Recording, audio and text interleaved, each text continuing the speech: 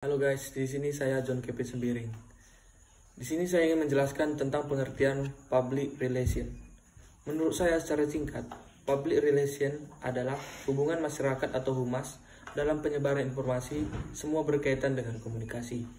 Dan yang selanjutnya, saya ingin menjelaskan tentang sejarah dunia tentang public relation.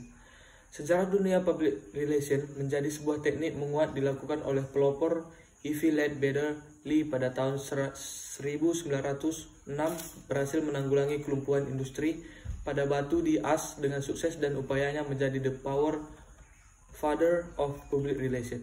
Nah, pada perkembangan public relation di Indonesia ada beberapa sumber sejarah. Antara lain ialah 1. Sejarah pada masa kerajaan praktik public relation sudah ada pada zaman kerajaan Mataram atau sejak Penembahan. Yang kedua itu Senopati atau Kerajaan Demak. Dan yang ketiga dalam konteks modern public relation dimulai sejak tanggal 18 Agustus 1945 ketika Bung Karno memutuskan menunda sidang PPKI memberikan keterangan pers mengenai pemilihan presiden sebelum memutuskan Undang-Undang Dasar. Dan banyak pendapat para ahli mengenai perkembangan public relation di Indonesia. Yaitu peran dan fungsi public relation dibagi atas beberapa pengertian. Antara lain 1. Penasihat ahli. Fungsi sebagai menganalisis, mengevaluasi, membuat program, masalah atau fenomena perusahaan. Dan yang kedua itu adalah fasilitator komunikasi. Antara lain ialah fungsi sebagai jembatan antara perusahaan dengan publik. Dan yang ketiga ialah fasilitator pemecah masalah. Fungsi mampu bekerja sama dengan pihak lain untuk menyelesaikan masalah. Dan yang keempat teknisi komunikasi, yang artinya fungsinya sebagai ahli yang mampu berkomunikasi secara lisan dan tulisan.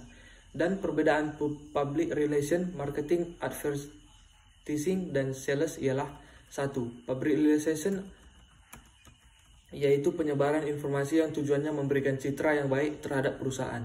Dan yang kedua, marketing, yaitu berhubungan dengan strategi pemasaran, meliputi produk, harga, tempat, promosi, dan sebagainya.